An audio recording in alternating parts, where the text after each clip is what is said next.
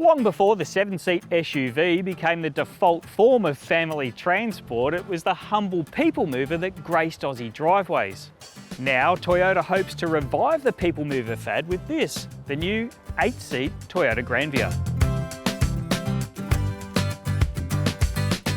The Granvia is essentially Toyota's replacement for the long-serving Tarago and is priced from just over $60,000. It offers seating for up to 8 passengers across a 2-variant range, the model lineup topping out with the $75,000 Granvia VX.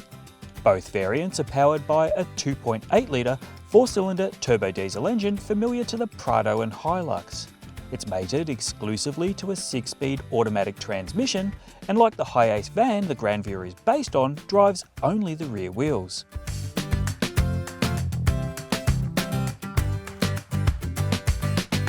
But it's inside the Granvia where Toyota says most buyers will be impressed. There's a high level of standard safety technology, including autonomous emergency braking, active cruise control, and 9 airbags.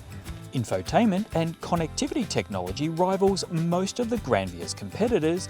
The 360-degree camera, leather seats, and 12-speaker sound system of the top-shelf VX quite luxurious indeed. But beyond the mod cons, it's the Granvia's sheer size and practicality that should see it challenge 7-seat SUVs. In the back, there's far more legroom across the Granvia's 3 rows of seating. However, with limited boot space, it means you can transport 8 passengers, but not necessarily all of their luggage.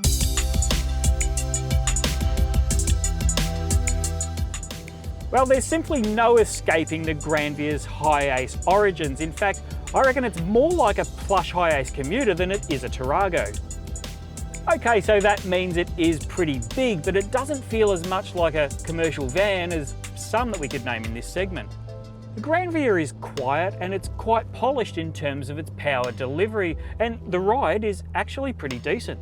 It's a significantly larger and more expensive proposition than the outgoing Tarago, but the Granvia offers more equipment and space, and in spite of its diesel-only powertrain, is a pretty decent drive. With privately imported Japanese people movers maintaining their popularity down under, Toyota's decision to bring the Granvia here seems like a good one. Aussie buyers seem welded onto the idea of the SUV as the family car, but the sheer size and practicality of the Granvia should be enough to change their minds. It's the newest and largest people mover in Australia, and despite its price, offers pretty good value for money.